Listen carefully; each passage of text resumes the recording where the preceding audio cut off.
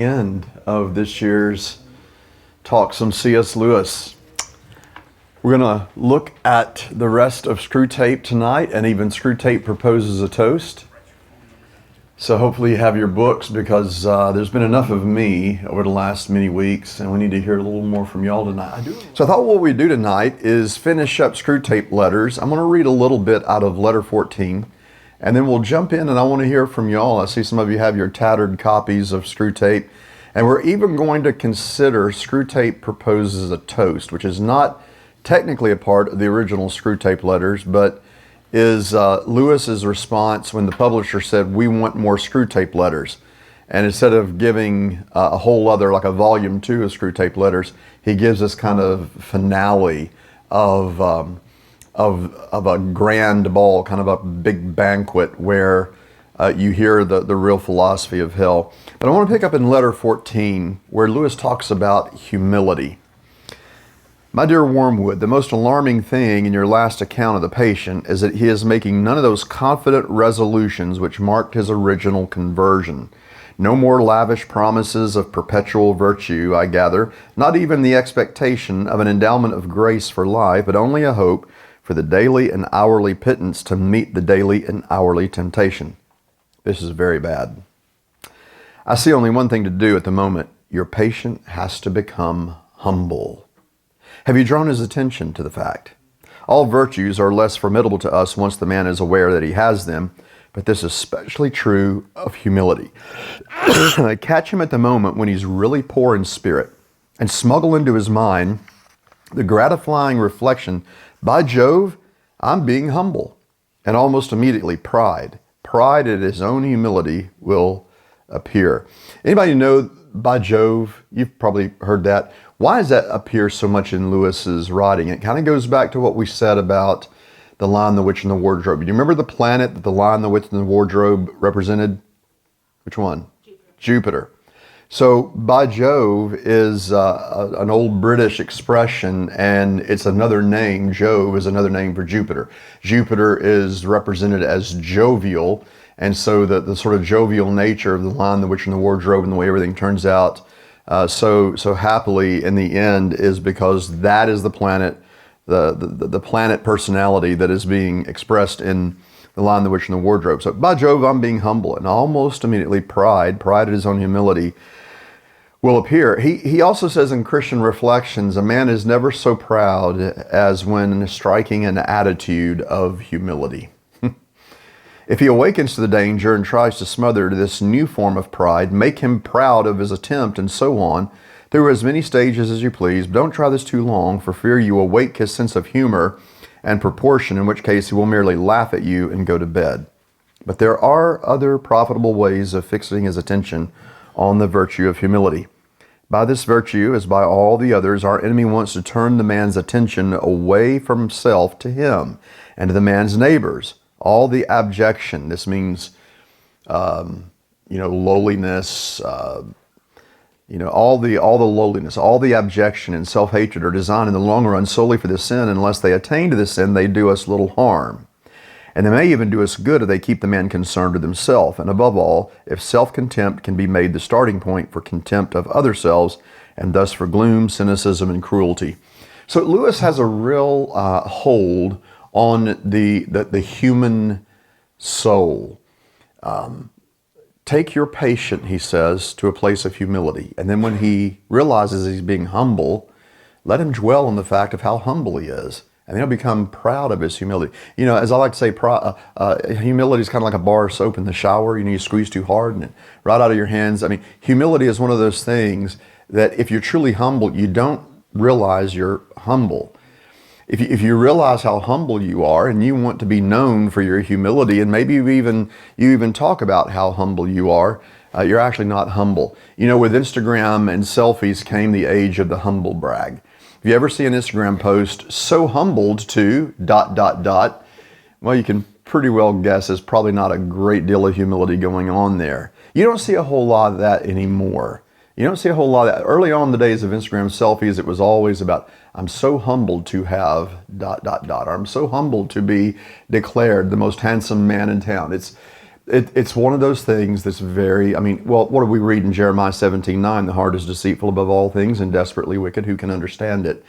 And so we are most, as Screwtape says here, humility is that virtue which is most advantageous to the devils, because that's where our heart becomes.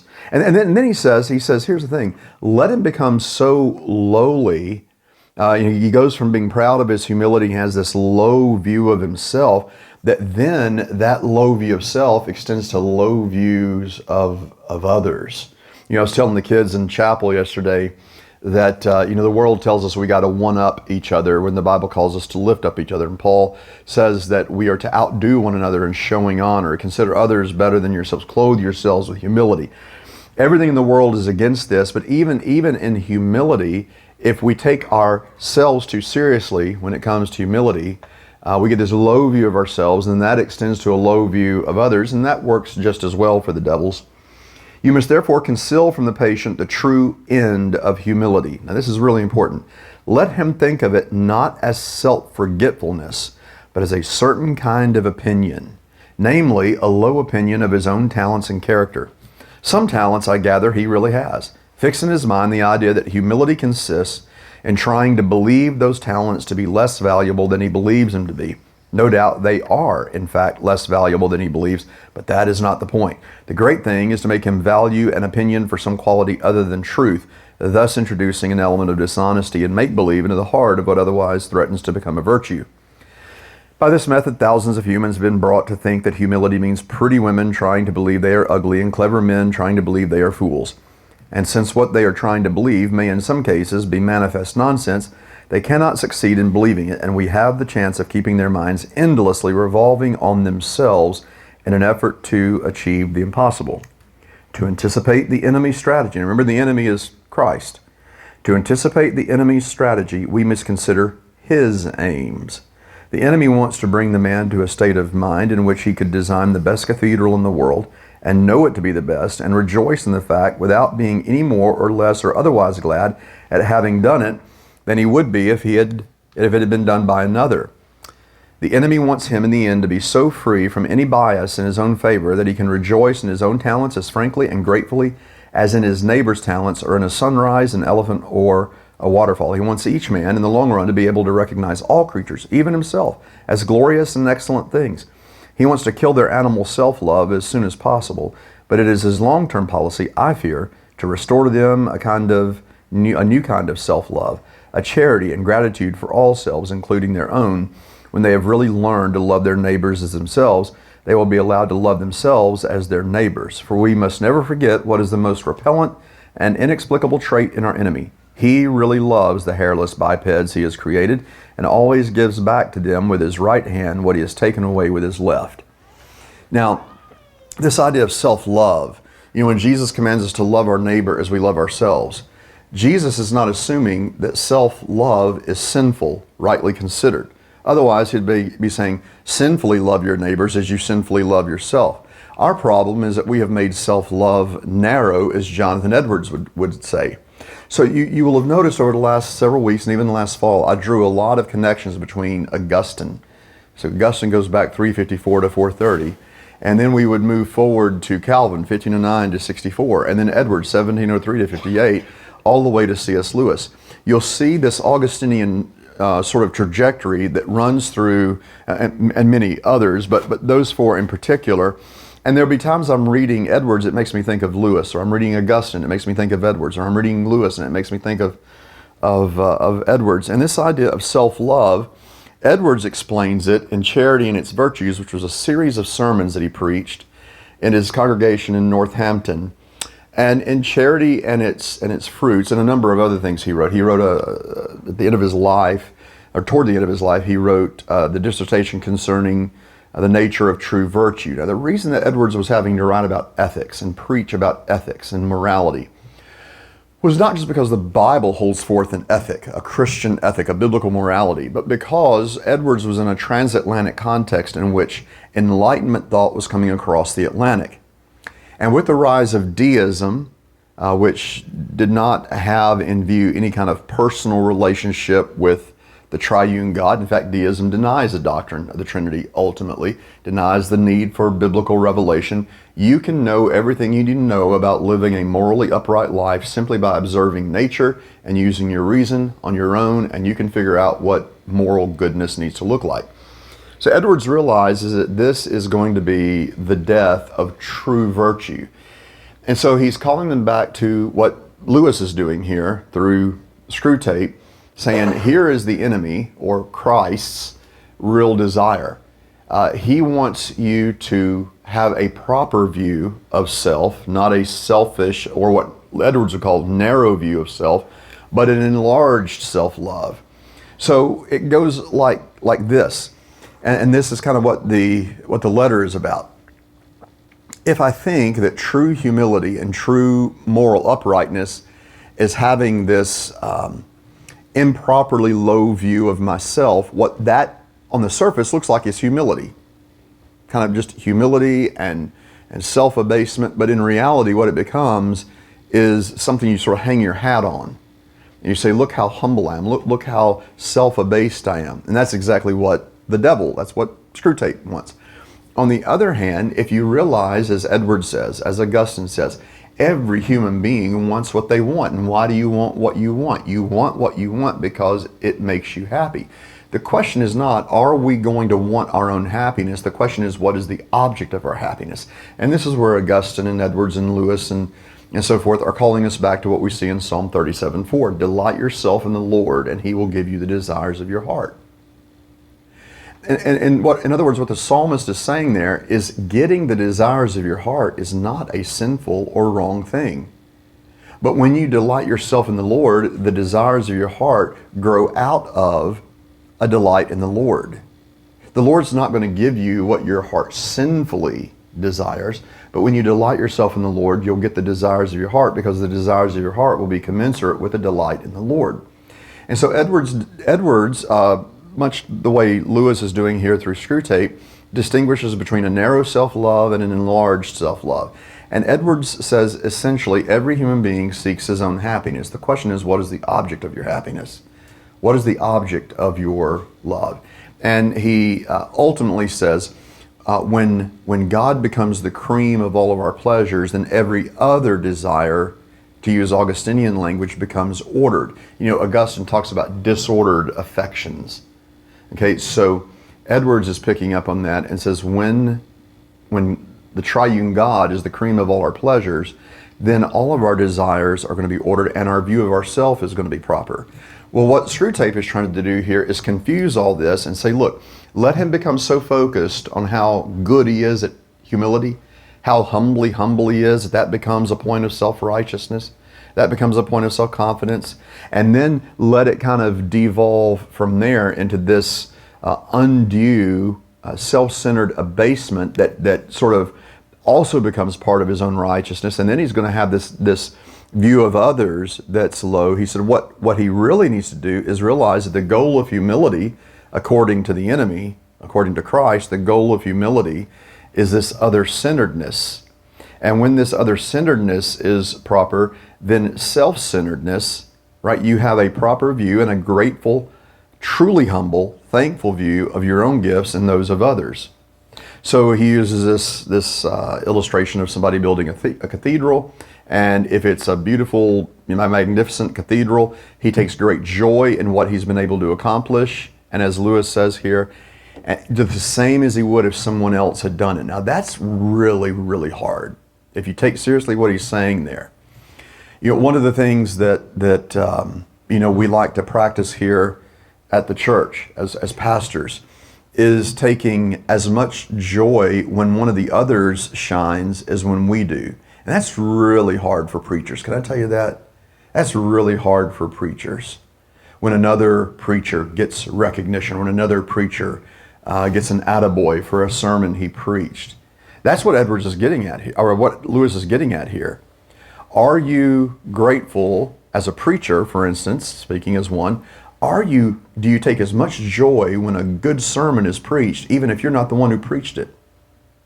Do you take as much joy when your congregation is elated or edified by a sermon, even though you didn't preach it. That's what Lewis is getting at, you see? But Lewis is having to, through the pen of Screwtape here, really get at the heart of our struggle with humility. It's actually a fake humility when someone compliments you for something and you say, oh, it was no big deal, it was nothing, And instead, if someone else had done it and they get the praise, then you want to discount that, and that creates within you this sense of jealousy. So in many ways, what he's getting at here is the enemy of true humility is self-centered jealousy. His whole effort, therefore, will be to get the man's mind off the subject of his own value altogether. He would rather the man thought himself a great architect or a great poet and then forgot about it, than that he should spend much time and pains trying to think of himself as a bad one. Your efforts to instill either vainglory or false modesty into the patient will therefore be met from the enemy's side with the obvious reminder that a man is not usually called upon to have an opinion of his own talents at all, since he can very well go on improving them to the best of his ability without deciding on his own precise niche in the temple of fame. You must try to exclude this reminder from the patient's consciousness at all costs. The enemy will also try to render real in the patient's mind a doctrine which they all profess, but find it difficult to bring home to their feelings, the doctrine that they did not create themselves, that their talents were given them, and that they might as well be proud of the color of their hair. But always and by all methods, the enemy's aim will be to get the patient's mind off such questions, and yours will be to fix it on them. Even of his sins, the enemy does not want him to think too much. Once they are repented, the sooner the man turns his attention outward, the better the enemy is pleased. And so Screwtape is saying, get him focused on himself. Because if he starts focusing charitably on others, we're losing the battle. Let him think that his gifts are his own doing. Now think about things you have no real control over. I guess you can say I do have control over my hair. I can color it, but you hear what Lewis is saying here. If we really believe that the gifts we have been given us by God, and we say that he's such a gifted man, she's such a gifted person, it would be as absurd. What Lewis is trying to get across, it would be as absurd take pride in your giftedness, which is, if you really believe it's giftedness, it was something given to you. You take pride in your giftedness, it would be just as absurd to take pride in the color of your hair. You didn't make it brown or black or whatever. You get the point there. Although I would say I've had a pretty strong hand in making my hair gray over the years. I did tell you I was a pastor, didn't I? Anyway, so you get what he's saying. Thoughts or questions or things that struck you in letter 14, this idea of humility. Well, in my experience, humility often carries me to the Lord and helps me begin to actually follow His will. But I have this terrible pattern of suddenly seeing, oh, things are going pretty okay. I guess I did that. Yeah. And that cycle just orbits and orbits and orbits, and it's so insidious, and I believe it's tied to pride and tied to this. Yeah. Yeah, and that's why he speaks here of self-forgetfulness, ultimately. And obviously, you see this committed to us in the writings of Paul. If anybody had and Paul says it himself in Philippians 3, if anyone has reason to boast in the flesh, I have more. He says, of the tribe of Benjamin, circumcised the 8th day, a Hebrew of Hebrews, as to legalistic righteousness, I was faultless. I mean, whoever says that? And then he says, but whatever is to my gain, I count as loss for the sake of knowing Christ. Indeed, I count them all as rubbish. And of course, the Greek word there, skibalon. I count it as human waste and compared to knowing Christ. And he says, I want to know Christ, the power of his resurrection, the fellowship of his sufferings, becoming like him in his death. But he says, the verse right prior to that, verse 9, I do not want to be found with a righteousness of my own, but one that is by faith in Christ. And so Paul was committed to this idea of self-forgetfulness, even though he by all means had the best pedigree of any of the apostles, and yet you see this growth in Paul's life. Early on, Paul writes and describes himself in the book of Ephesians as the least of all God's people, which is or actually as the least of the apostles, which is a pretty humble thing to say, given the fact that he wrote, so many of the letters of the New Testament. And then you see a little bit later, he says to the Corinthians, I'm the least of all God's people, and that's growth in humility. By the end of his life, he says to his young son in the faith, I am the chief of sinners. And so Paul is on this continual journey of self-forgetfulness and humility and reliance on the Lord. And it's interesting here in the middle of the collection of letters, this virtue of humility is twisted. And don't you know that it is the design of the devil to take good things and make of them twisted, idolatrous things? Humility is a good thing. Like, why would he say to Wormwood, let your patient encounter humility? You'd say, wait, Screwtape, what are you thinking? That's the opposite. And Screwtape says, exactly. I'm going to get to the opposite, but we got to go through humility and make him proud of his humility, and then we've got him hooked. Any other thoughts on that before we truck on here? A thought that, I don't know if you'd agree, but Can y'all hear, by the way? Would it help if I... how one views I'll give you the microphone. his success ought to be not what you've accomplished, but what compared to what you could have accomplished by being more faithful and more diligent and so forth. So, to look at your accomplishments is actually going to be depressing compared to what you think you really could have done.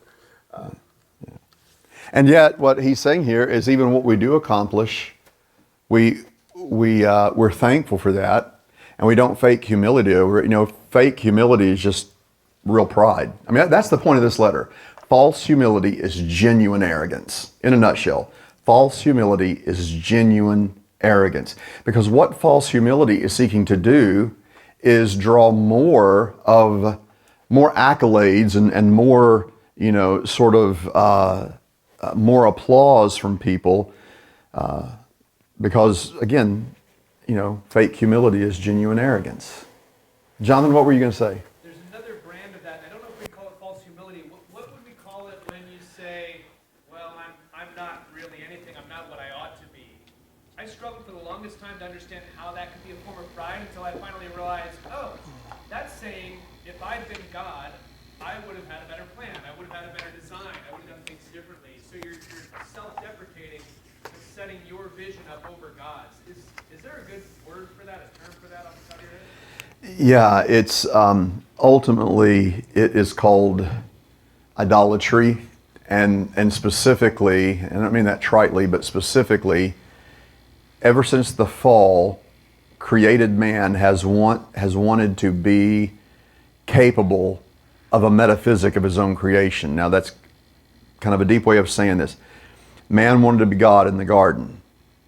And so rather than being content, and you see this in Calvin in Book 3 of the Institutes, rather than being content with who we are, with what we have, etc., we want to be our own gods, and we want to take the place of the Creator. And so if I can truly get to a place where I become proud of or trumpet the fact, well, I'm not all I should be, and that's the way I want to be known, is I'm the guy who's always saying I'm not all I should be. What I'm trying to say there is I'm not grateful for what God has made of me. I'm not grateful for what God is making of me. And so in all of it, it's a matter of, God is God and we are not, or stated differently, the creator-creature distinction. That's why, where did we see it here in letter 14, where he said, let man get to the point where he thinks he is the creator, where he is his own creator and the determiner of reality. Well, let's move on then, and I'm not probably going to have time to talk about every single letter, but I want to look at number 16 letter, unless you want to talk about. Well, look at 15 real quickly here. Letter 15 is dealing with the issue of time. Now, this was published on August 8th, 1941. And this was just a couple of days before Lewis gave the first of the BBC broadcast talks that eventually became Mere Christianity. And so there's some similarities between what's in letter 15 and what was on his mind when he was given the broadcast talk. The subtitle of that first broadcast talk was A Clue to the Meaning of the Universe. And so this letter, number 15, is a little more philosophical in nature, and it's dealing with the question of time. He says, the humans live in time, but our enemy destines them to eternity. He, therefore, I believe, wants them to attend chiefly to two things, to eternity itself and to that point of time which they call the present. For the present is the point at which time touches eternity. Of the present moment, and of it only, humans have an experience analogous to the experience which our enemy has of reality as a whole. In it alone, freedom and actuality are offered them. He would therefore have them continually concerned either with eternity, which means being concerned with him, or with the present, either meditating on their eternal union with or separation from himself, or else obeying the present voice of conscience, bearing the present cross, receiving the present grace, giving thanks for the present pleasure. It's very Calvinistic in nature. And so when he says this is the same as our enemy's perspective, he's using Augustinian language there. I teach a class on metaphysics and epistemology, and metaphysics asks the question of the nature of reality.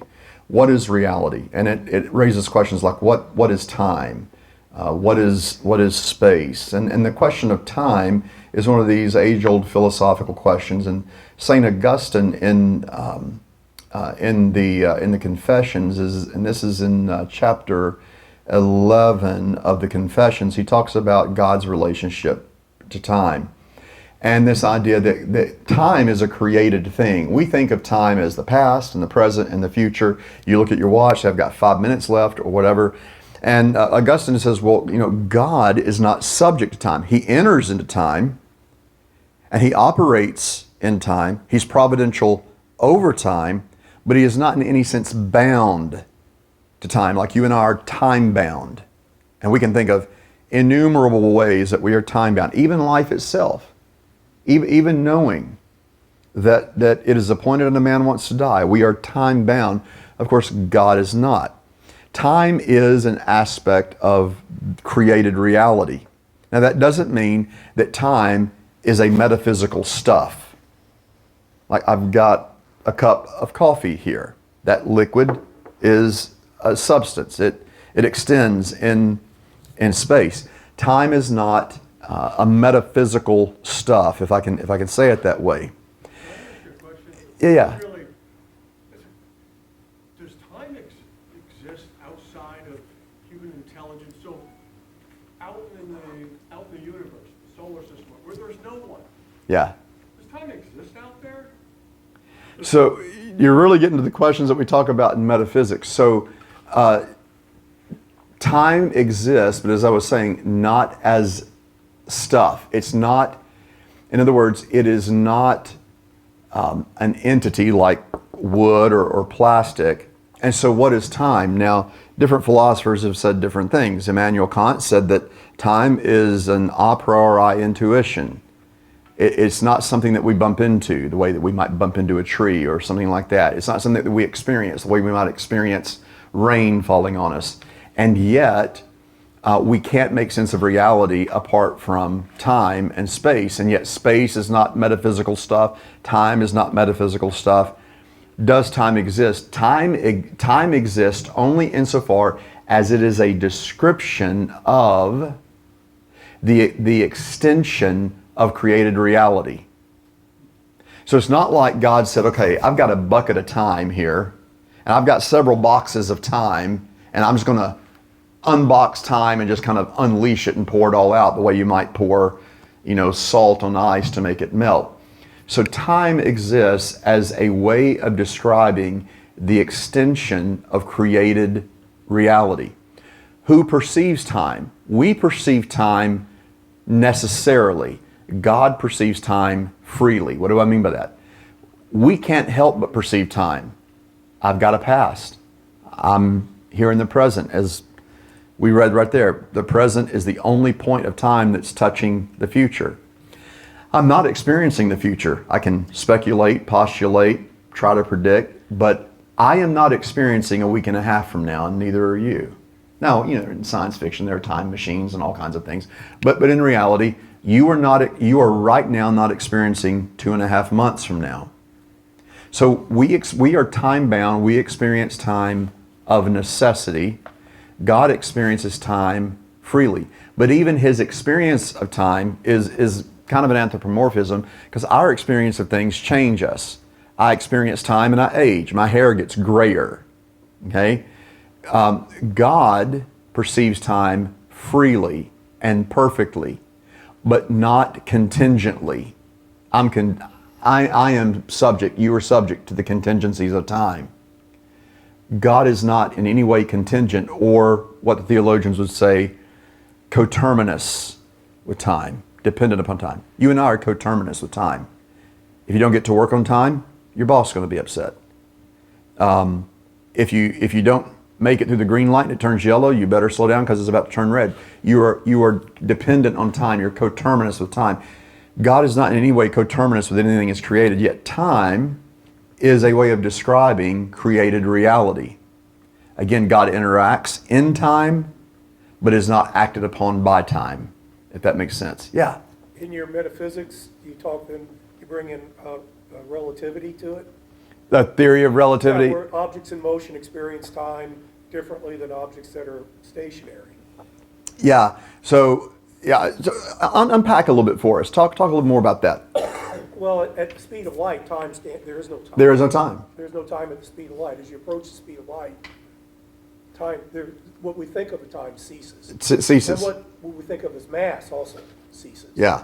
So what does that tell you about created reality, either mass or time? That it is not ultimate. There is a point at which, time ceases or time stands still. So time is not ultimate because it is created, and as created, it is dependent, in this case, upon motion. Mm-hmm. God, of course, is not in any way coterminous with any aspect of creation. He interacts in time, but is never bound by it in any way, either being acted upon by time or time ceasing and him not being able to, doing anything about it. So what Lewis is getting at here in this letter is a pretty metaphysical question, pretty philosophical question when it comes to time, and he says here, God is actually experiencing, or God, think of it this way, experiencing is even the wrong word. God knows all of created reality, full stop. You don't know reality 2 weeks from now. Okay, before the ice storm happened, we didn't really see it coming. Say a month before the ice storm happened, we didn't experience all that. But in time, we experienced it.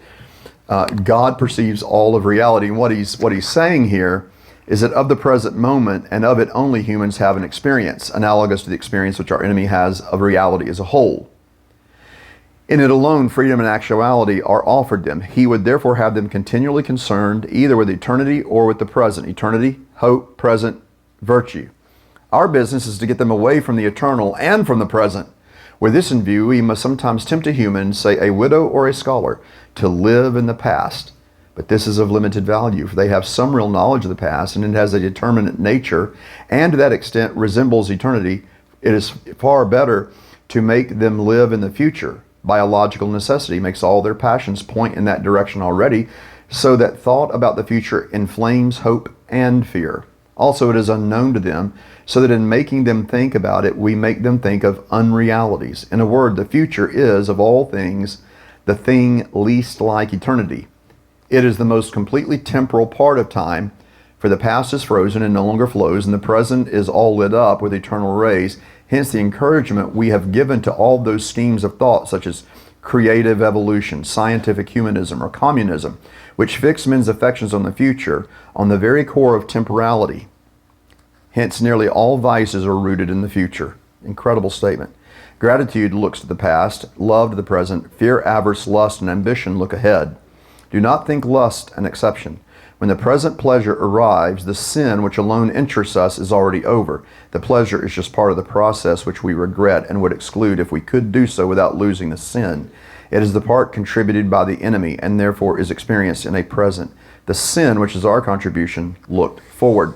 So what's he saying? I mean, again, this is one of the more philosophically oriented, a little one of the deeper letters. But what's he getting at? You can disorient your patient, he's saying, if you will cause them to either become weighed down by the past or to have this sort of idolatrous view of the future. And he says there are all kinds of isms that have promised this utopia-like future that are, driving men and society. And all that does is make of him a temporary thing. So think about this, for instance. Atheistic communism, which, Lewis, this is an alive and well thing that he's having to think about. And there's another letter that we'll get to where he says, look, it was actually Rousseau who talked to man about being free. Man being free, living out his feelings. What you feel determines reality. And you don't need to be shackled down by Christianity. You just need to live according to your feelings. And he says essentially, if it weren't for Rousseau pointing man to his own feelings and himself being the measure of all things, and even this supposedly laudable idea of equality, it did away. So he says this, if Rousseau says, your feelings determine reality, that gives rise not just to sort of self-assertion, but makes it possible at a certain point for, say, a government to come in and say, look, everyone is equal, but with the emphasis on equality, then suddenly man has no more reason to pursue virtue. Now think about atheistic communism. Think about various forms of Marxist ideology. The future is this longed-for utopia. Hegel was a German philosopher who said basically all of reality is just on this cycle, this sort of spinning wheel of thesis, antithesis, and that devolves into a synthesis. And the synthesis becomes a new thesis in the history of ideas, and then an antithesis rises up to that thesis, and there's a new revolution, and that revolution wins, and it becomes the new thesis. In other words, the revolutionaries always become the establishment. But the goal of materialist, idealist dialectic, Hegel would say, is that you're always moving toward this new thesis, from a thesis to antithesis to a synthesis, and that synthesis becomes a new thesis that has to be undone. And it's just this sort of, you're locked into this endless cycle of becoming. So Marx was, like Hegel, an atheist, and says, look, I'm going to put an end to this endless cycle of just thesis, antithesis, synthesis. And if you will follow my dictates for the way humans view themselves and the way humans should view history, we can get rid of the constraints of Christianity. We can get rid of all kinds of moral constraints. We will recognize that man is not the special creation of God. He's just an evolved and evolving creature. But it will get to a point to where there is absolute equality. And then if there's absolute equality, there will be utopia. And there will not be a need for this endless cycle of thesis, antithesis, synthesis. There'll just be utopia. Well, the way that was tried, of course, when you look at the early 1900s with Lenin and Stalin, that was tried on the end of a gun barrel. And what has always been the premise of communism is that, well, it may take a generation or two for people to accept it, and you may have to force it at the end of a gun barrel, but eventually, after a couple of generations have accepted it, they'll just think, well, this is the way it is, and this is what's good, and this is the way it ought to be. The problem is it's never worked out that way. There's something in the breast of man that says we are not simply an evolved and evolving flesh machine. There is something in the breast of man called the imago Dei that means that even in places where communism has been tried, it's always been resisted, because what it ends up doing, rather than bringing about this promised utopia, it just brings about human degradation and bloodshed and impoverishment. And so Lewis is keenly aware of this. That's why he says here, we've had all kinds of future-focused things dangled out in front of man They said, hey, this is the goal. And what it has only served to do is lead to just absolute temporality. And when we deny eternity set in the heart, as Ecclesiastes would say, we are ultimately, whether we call it communism or scientific humanism or whatever, we are going to wind up running 90 miles an hour into a brick wall of temporality. That's what Lewis is getting at here. And so he goes on to say, to be sure, the enemy wants men to think about the future too, just not so much as is necessary for now planning the acts of justice or charity, which will probably be their duty tomorrow. The duty of planning the morrow's work is today's duty. Though it is material, is borrowed from the future, the duty, like all duties, is in the present. So if we just become so focused on the future, we're not going to take care of the present, because in order for there to be a tomorrow, there are duties that pertain to today so that we can do that tomorrow. And so what he's saying in this letter is, if you really want to trip the Christian up, disorient him with an unbiblical view of his relationship to time, either by weighing him down in the past and making an idol of that, or neglecting the present with this some sort of man-centered secular view of the future, even if that man-centered secular view of the future says this is the way to social justice will never happen. Now, isn't it interesting that in every instance where any form of Marxisms have been built on the back of promises of justice to this or that oppressed group in society, that justice never actually comes to them. That justice never actually comes to them. Lewis is saying here, if you get your patient so focused on time, even if there is the promise of this sort of communistic utopia, ultimately what that is going to prove is that man has sold his eternal birthright, the hope of glory, for a temporary blessing, and he becomes very temporary himself. So again, I've talked a lot. Let's what are some other things that you have noticed? Let's look at the next, say 16, 17, 18, 19 letters. What are some things that you've noticed? Jonathan, you had a thought? You knew I had another one. I want to go back to chapter 13. He writes in the second paragraph of 13, as you ought to have known, the asphyxiating cloud which prevented your attacking the patient on his walk back to the old mill is a well-known phenomenon. It is the enemy's most barbarous weapon, and generally appears when he is directly present to the patient under certain modes not yet fully classified. We haven't figured out what he's doing, but we know he's there.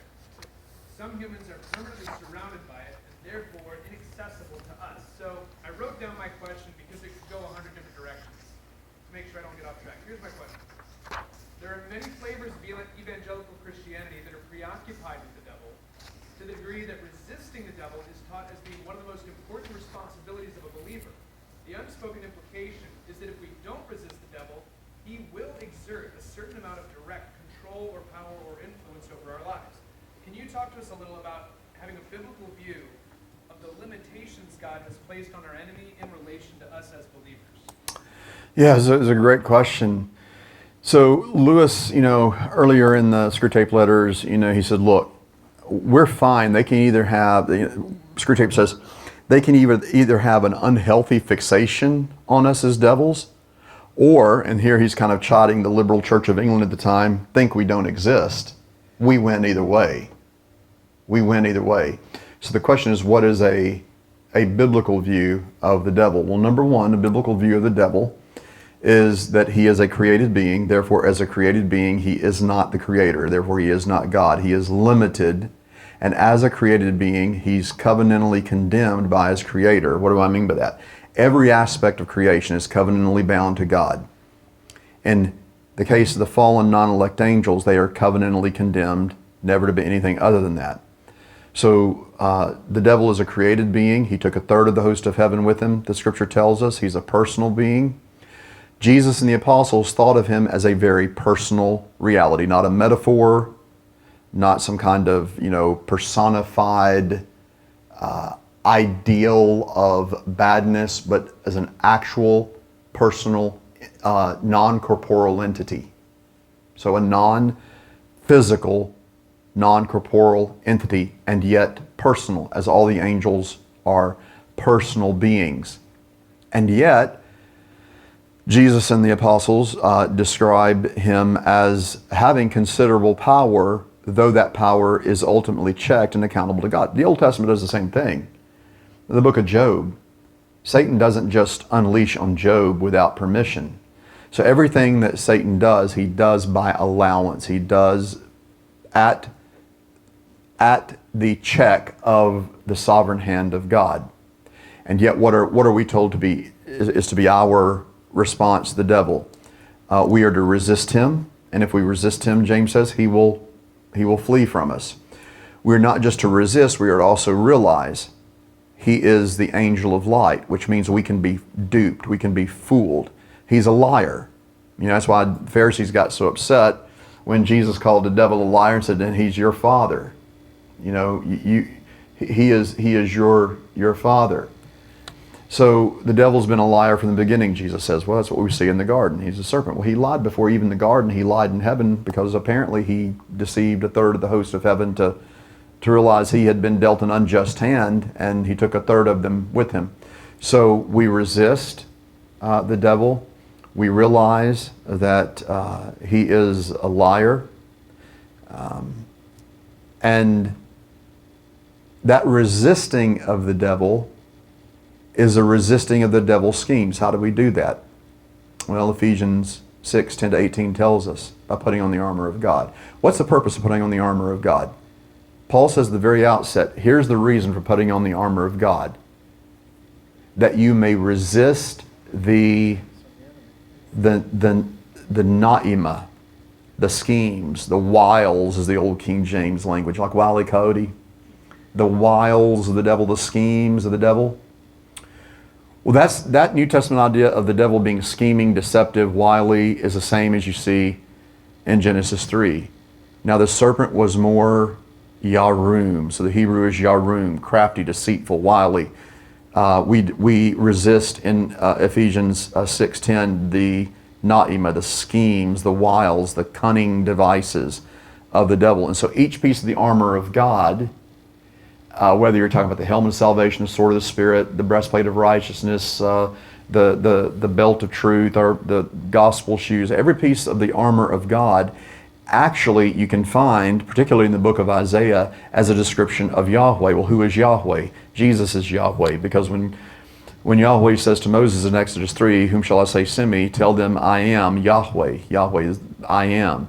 Every time Jesus claims to be I am, either the seven specific I am statements, the door, the sheep, the good shepherd, the way, the truth, the life, etc., or the programmatic I am statement, as in John 8, before Abraham was I am, Jesus is claiming nothing less than being Yahweh. And when people say Jesus never claimed to be God in the New Testament, then why was he murdered? He was murdered because he claimed to be God. In John 5, it says specifically, they sought to kill him because he made himself equal with God. So this is one of the primary ways Jesus claims to be God, by saying, "I am that I am." Well, every one of the pieces of the armor of God in Ephesians 6:10-18, those aren't just cool like metaphors or illustrative devices, a helmet, a sword, and a shield. Every bit of that Paul is drawing from the Old Testament, and every piece of the armor of God had previously been a description of Yahweh in the Old Testament.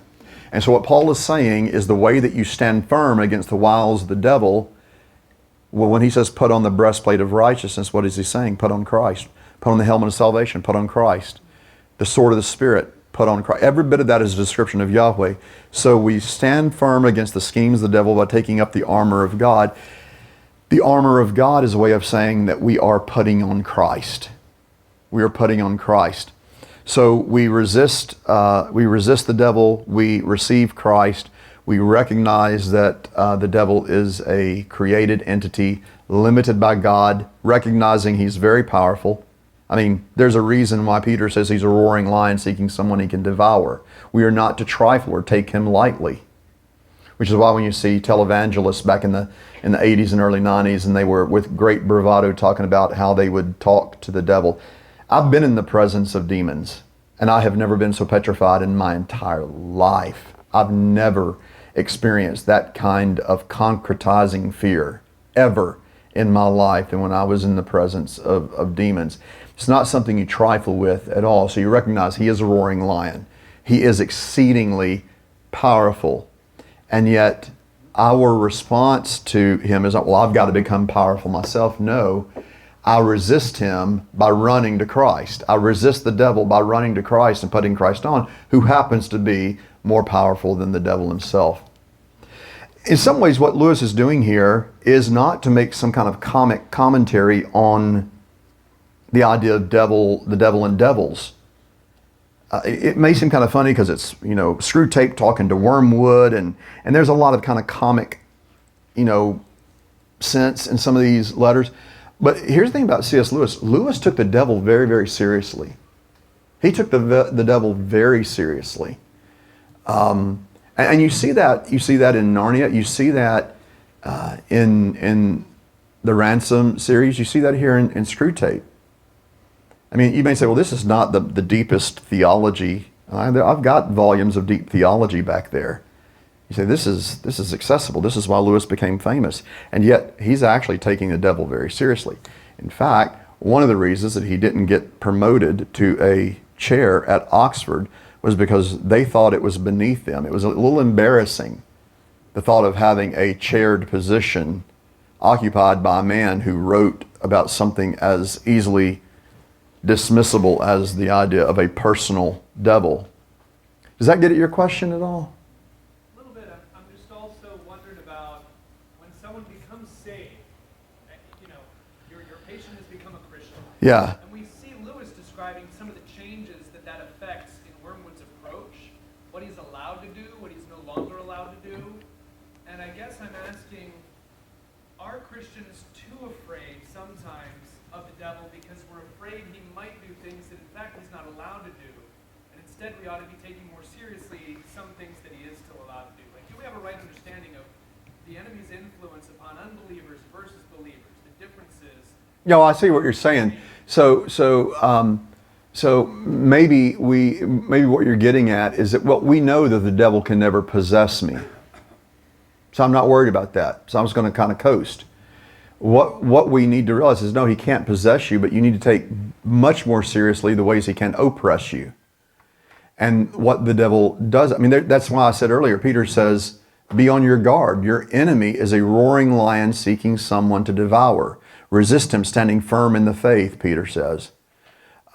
We need to recognize that the devil is a roaring lion. If you walked out in the parking lot tonight and suddenly a full-grown lion, who happened not to be Aslan, by the way, but a full-grown lion roared at you, your reaction to that, you can't imagine how on guard you would be. And yet, I don't take seriously the leash that the devil has in God's economy to tempt me, to accuse me. There's a reason why the book of Revelation refers to him as the accuser. He's the accuser of the brethren. So what can the devil do?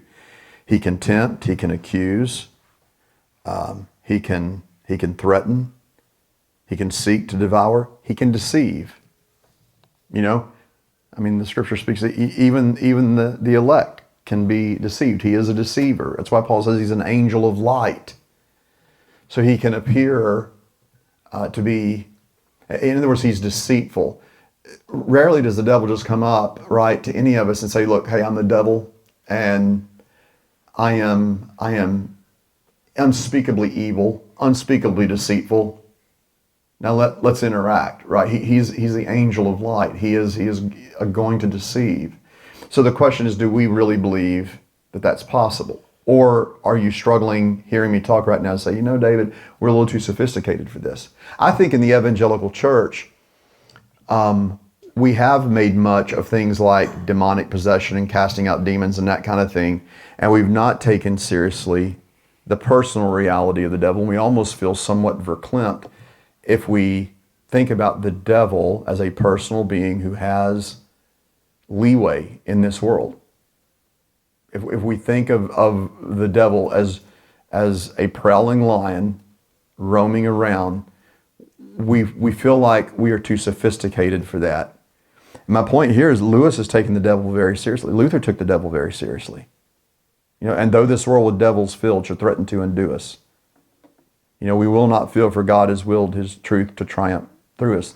The prince of darkness grim, we tremble not for him. His rage we can endure, for lo, his doom is sure. So we take seriously the reality of this world filled with devils, a raging enemy, a raging devil. But we remember his doom is sure, but our hope ultimately is in, as Luther's saying, one little word shall fell him. Well, why is so much of a mighty fortress is our God focused on the devil? Because Luther took seriously the reality of the devil. When you look at the theologians in the history of the church, they were not too sophisticated to believe in the reality of the devil and the power of the devil in the Christian life. That's why Lewis is writing this.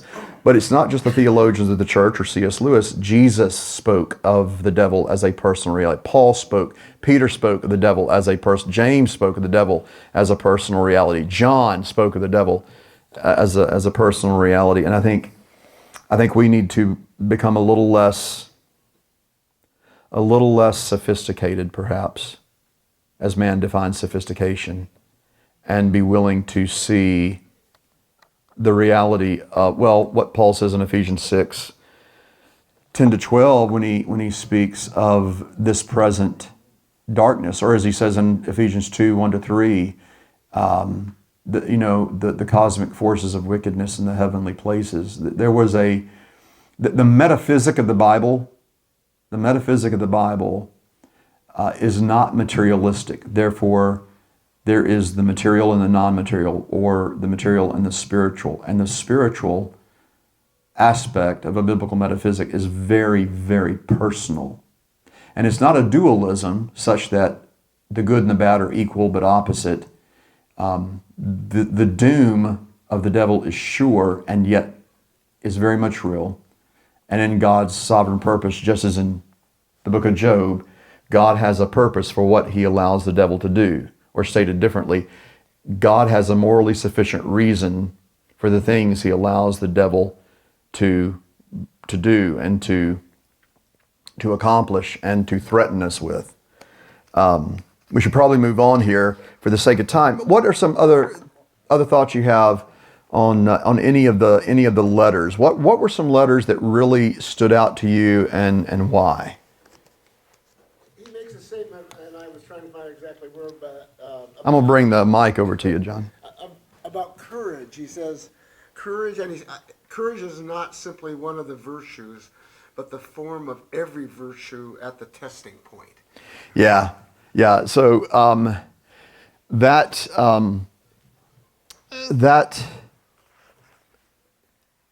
So what he's getting at there is that any virtue that we would talk about, kindness, humility, anything is itself an act ultimately of courage, or it's ultimately an act of bravery.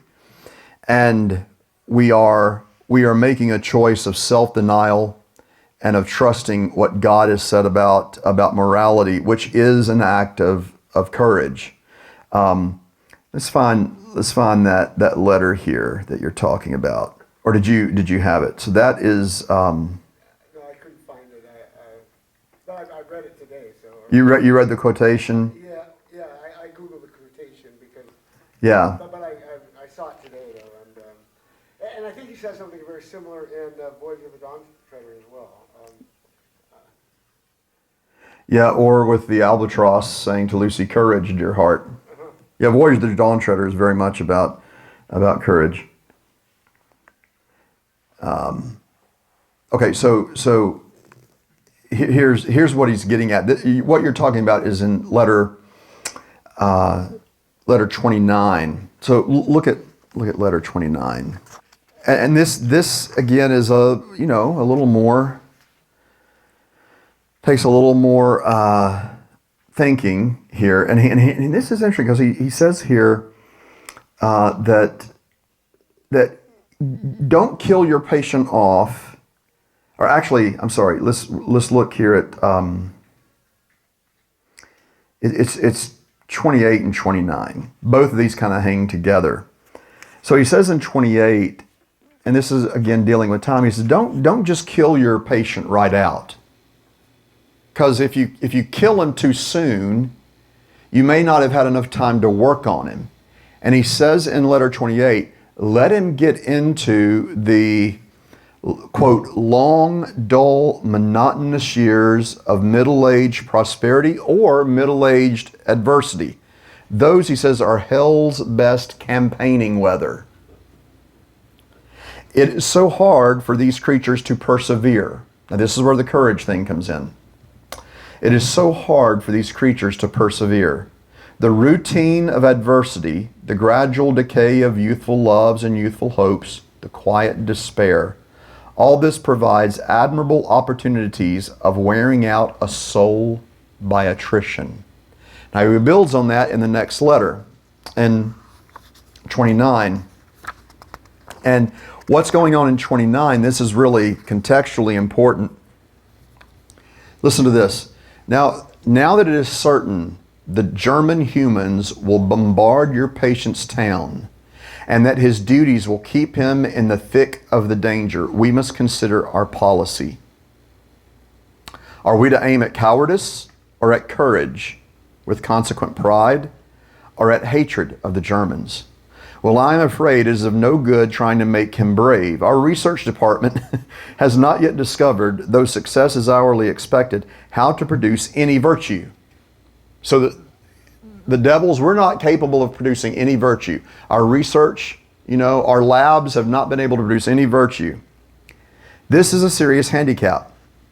To be greatly and effectively wicked, a man needs some virtue. What would Attila have been without his courage? Or Shylock without self-denial as regards the flesh? Attila the Hun, he was a ruler of the Huns from 434 until 453 and was considered the most inhumane, savage, barbarian ever.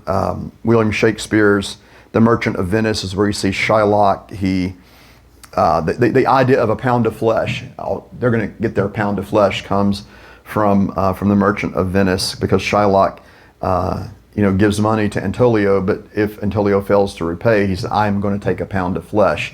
And so he's saying here, what would Attila have been without his courage, or Shylock without self-denial as regards the flesh? But as we cannot supply these qualities ourselves, we can only use them as supplied by the enemy. And this means leaving him a kind of foothold. And this is what you're getting at, John. Leaving him a kind of foothold in those men whom otherwise we've made most securely our own. A very unsatisfactory arrangement, but I trust we shall one day learn to do better. Hatred we can manage. The tension of human nerves during noise, danger, and fatigue makes them prone to any violent emotion, and it is only a question of guiding this susceptibility into the right channels. If conscience resists, muddle him. Let him say that he feels hatred, not on his own behalf, but on that of the women and children, and that a Christian is told to forgive his own, not other people's enemies. In other words, let him consider himself sufficiently identified with the women and children to feel hatred on their behalf, but not sufficiently identified to regard their enemies as his own, and therefore proper objects of forgiveness. But hatred is best combined with fear. Cowardice alone of all the vices is purely painful, horrible to anticipate, horrible to feel, horrible to remember. Hatred has its pleasures. It is therefore often the compensation by which a frightened man reimburses himself for the miseries of fear. The more he fears, the more he will hate. And hatred is also a great anodyne for shame. To make a deep wound in his charity, you should therefore first defeat his courage. Now this is a ticklish business. We have made men proud of most vices, but not of cowardice. Whenever we have almost succeeded in doing so, the enemy permits a war or an earthquake or some other calamity, and at once courage becomes so obviously lovely and important, even in human eyes, that all our work is undone, and there is still at least one vice of which they feel genuine shame. The danger of inducing cowardice in our patients, therefore, is lest we produce real self-knowledge and self-loathing with consequent repentance and humility. And in fact, in the last war, thousands of humans, by discovering their own cowardice, discovered the whole moral world for the first time. In peace, we can make many of them ignore good and evil entirely. In danger, the issue is forced upon them in a guise to which even we cannot blind them. There is here a cruel dilemma before us. If we promoted justice and charity among men, we should be playing directly into the enemy's hands. But if we guide them to the opposite behavior, this sooner or later produces, for he admits it to produce, a war or a revolution, and the undisguisable issues of cowardice or courage awakes thousands of men from moral stupor. Now listen to this. This indeed is probably one of the enemy's motives for creating a dangerous world, a world in which moral issues really come to the point. He sees as well as you do that courage is not simply one of the virtues, but the form of every virtue at the testing point, which means at the point of highest reality. A chastity or honesty or mercy which yields to danger will be chaste or honest or merciful only on conditions. Pilate was merciful till it became risky. It is therefore possible to lose as much as we gain by making your man a coward. He may learn too much about himself. There is, of course, always the chance not of chloroforming the shame, but of aggravating it and producing despair. In other words, what he's saying here, and that statement, a chastity or honesty or mercy which yields to danger will be chaste or honest or merciful only on conditions. So what that means then is that courage is at the heart of every virtue. Because when faced with a certain condition, when I want to compromise my chastity, the question really is courage. Do I have the courage to endure this condition and not give up on my chastity? Do I have the courage to endure this condition and not give up on my honesty? That's what he's getting at, that virtue is at the heart of, courage is the heart of every virtue. Let me say it again.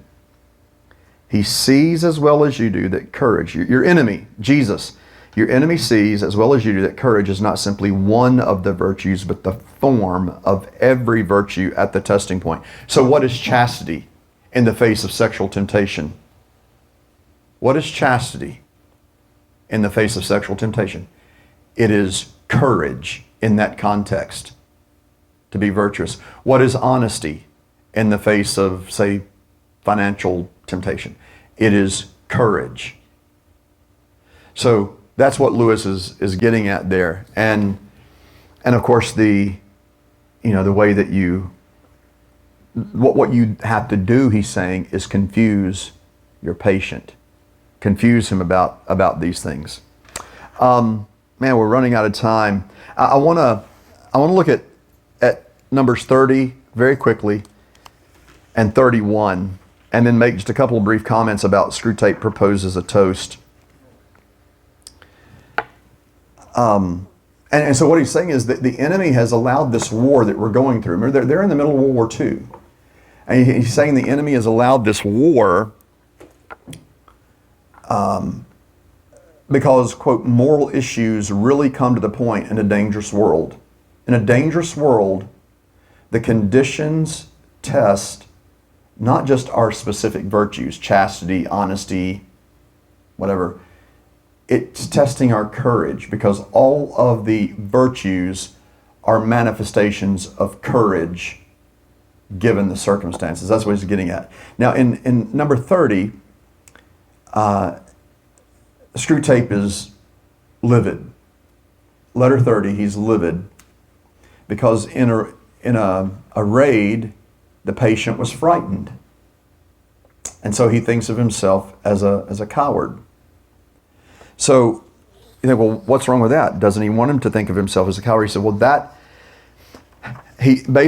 the war does not give a context for an intellectual attack on the man's faith. It's about his emotions. I sometimes wonder whether you think you've been sent into the world for your own amusement. Now, what you see in 30 and 31 is what? Good old loving Uncle Screwtape is becoming really angry at his nephew. And hang on. I sometimes wonder whether you think you have been sent into the world for your own amusement. I gather not from your miserably inadequate report, but from that of the infernal police that the patient's behavior during the first raid has been the worst possible. He has been very frightened and thinks himself a great coward and therefore feels no pride.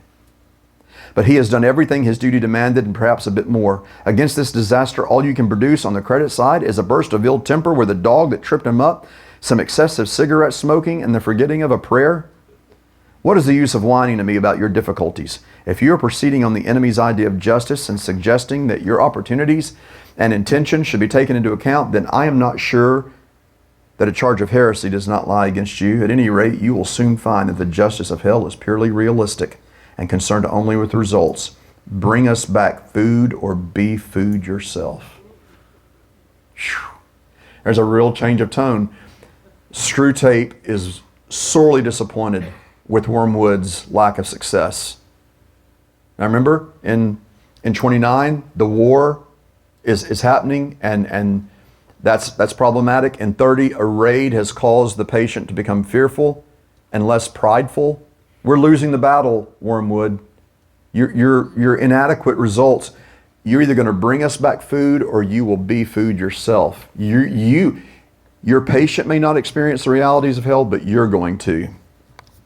Ultimately, he says, it turns on making him feel. When he first sees human remains plastered on a wall, that this is, quote, what the world really is like, and that all his religion has been a fantasy. In other words, we don't have time any longer for intellectual arguments about the Christian faith. Get to his emotions and let him see the fallout of war. Work on his emotions and let him see the meaninglessness of all these things. You're running out of time. And then when you get to letter 31, this is when it becomes, my dear, my very dear Wormwood, my poppet, my pigsney. Poppet is a term of endearment, like calling your child a puppet. If you read or listen to, kind of old English, like not old English like Norse, but like, Victorian or Elizabethan literature, pop is very British. My puppet, my poppet, my pigsney. That's a Chaucerian term meaning darling. It's a term of endearment. My poppet, my pigsney. How mistakenly now that all is lost, you come whimpering to ask me whether the terms of affection in which I address you meant nothing from the beginning. Far from it. Rest assured, my love for you and your love for me are as like as two peas. What's he saying? From one devil to another, my love for you and your love for me, let's not kid ourselves. They're both corrupt. It's ultimately hatred and disdain. I have always desired you, as you, pitiful fool, desired me. The difference is that I am the stronger. I think they will give you to me now, or a bit of you. Love you? Why, yes, as dainty a morsel as ever I grew fat on. You have let a soul slip through your fingers. The howl of sharpened famine for that loss re-echoes at this moment through all the levels of the kingdom of noise, down to the very throne itself. It makes me mad to think of it. How well I know what happened at the instant when they snatched him from you. There was a sudden clearing of his eyes, was there not, as he saw you for the first time and recognized the part you had in him and knew that you had it no longer? Just think, and let it be the beginning of your agony, what he felt at that moment, as if a scab had fallen from an old sore, as if he were emerging from a hideous shell-like tetter. Skin rash. This is similar to in Voyage of the Dawn Treader, when Eustace Scrubb, out of his greed, becomes a dragon, and Aslan has to use his claws to peel the scales off. It's a similar kind of thing here. Just think, and let it be the beginning of your agony, what he felt at that moment, as if a scab had fallen from an old sore, as if he were emerging from a hideous shell-like tetter, as if he shuffled off for good, and all a defiled, wet, clinging garment. By hell, it is misery enough to see them in their mortal days taking off dirtied and uncomfortable clothes and splashing in hot water and giving little grunts of pleasure, stretching their eased limbs. What then of this final stripping, this complete cleansing? In other words, they take pleasure in taking a bath, but what's held out for them is an even greater cleansing. And he ultimately, when the patient dies in the faith, dies as a Christian,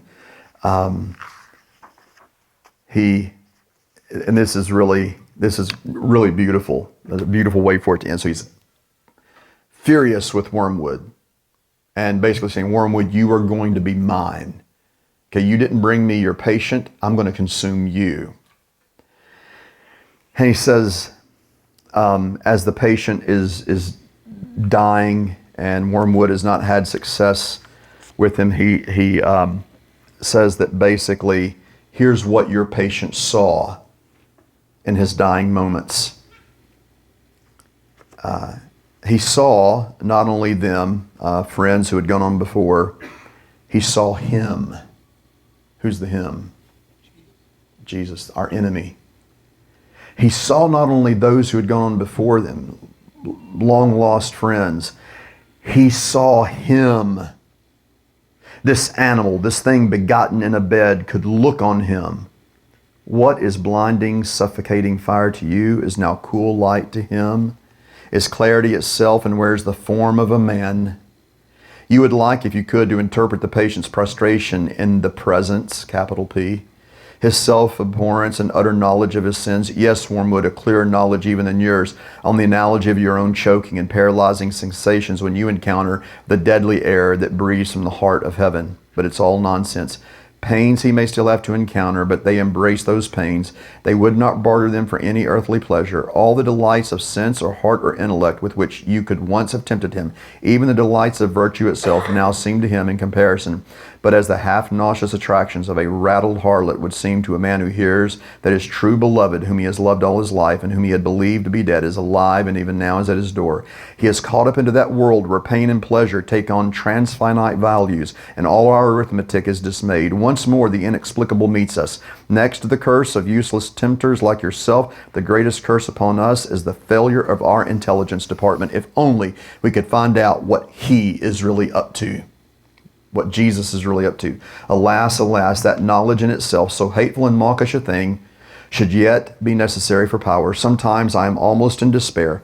All that sustains me is the conviction that our realism, our rejection in the face of all temptations, of all silly nonsense and claptrap, must win in the end. Meanwhile, I have you to settle with. Most truly do I sign myself, your increasingly and ravenously affectionate uncle, Screwtape. Now, my love for you, I'm just chilling. I'm increasingly ravenously affectionate toward you, meaning I am going to eat you, I'm going to consume you. Well, very quickly, just 30 or 40 seconds here. After Screwtape Letters was so successful, of course, they wanted more. And Lewis resisted because he felt like, I've accomplished what I've done. I mean, it ended there. But he says, look, I'll tell you what I'll do. I'm going to provide a new preface to the next edition of Screwtape, and it's going to be called Screwtape Proposes a Toast. And it's kind of a one-off that Screwtape, there's this big dinner happening, and the dinner, what they're eating are human souls. So it's like a toast in hell. And but Screwtape is lamenting. He says, you know, all that we've had are just some common adulterers and, you know, basically nothing of any good quality. Oh, he says, to get one's teeth into a Farinata or a Henry VIII or even a Hitler. Instead of this, you know, we have these, you know, gastronomically unsatisfying souls, like he calls it a casserole of adulterers. But ultimately, hell has never had more souls and more abundance, but these souls are of poor quality. And so we need to get harder at it. So he's saying to this gathering of devils, look, we've got plenty of souls to feast on, but there's more work to do. And this is where he says, and this is interesting, and I'll leave you with this. This is where he says, and Screwtape Proposes a Toast, we are missing out on the opportunity. Here's what's happening. Rousseau, Jean-Jacques Rousseau, showed man that his emotional self feeling determines reality, and that he can feel his way to a perfect democracy. But when man denies his sinfulness, all these ideas of rights and of selfhood, etc., are going to make him prey to being ultimately taken over by the Nazis or the communists. this idea of equality, that we're all as good as the other, does away with the necessity of virtue. If you can do anything that's not virtuous, and I'm committed to this kind of communistic ideal of everyone is equal, then what motivation is there for virtue? In other words, morality falls apart. That's what he's getting at. And Screwtape proposes a toast, and he said, where our real, and this is what's chilling, he says to this group of devils at this dinner as they're feasting on souls, even though they don't have rich, nutritious souls like a Hitler or an Attila the Hun or whomever, they just have common adulterers they're feasting on. He said, what our real advantage is now is the educational system. That's where he ends. That's where Screwtape ends. He says it's the educational system that is going to make people ripe for communism and Nazism. So that was the Screwtape proposes a toast. So he's basically, it's kind of like a motivational speech in a room full of devils, feasting on souls and saying, hang in there, we got, we're feasting on substandard souls, not a lot of meat on the bone, so to speak, but hang in there, because the educational system is going to build upon this turn inward philosophically from, in other words, had there been no Rousseau making man's feelings the measure of all things, you think, well, hey, doesn't that just lead to liberty and advancement? He says, no, actually it makes man ripe for atheism and naturalism and Darwinianism and Marxism and communism. And then he says, our educational system is on our side. So, y'all, thank you for the last couple of semesters, last fall and this fall, life and thought of Lewis and looking at some of his writings. I appreciate y'all coming out on Thursday nights, and we'll see when we fire it up again. So let me pray. Father, thank you for your servant C.S. Lewis, for this creative genius that thought so in such an Augustinian way that that made truth accessible and has made truth accessible for countless millions. Lord, we pray that you would cause us to be on guard, as Paul says, because our enemy is scheming and deceitful. And Lord, would you give us grace to take ourselves not too seriously, but to take the reality of your victory in and through us very seriously. Give us grace to resist the devil and give us great delight. Even in the midst of our dependence upon you, give us great delight when he flees from us. For we ask all this in Jesus' name. Amen.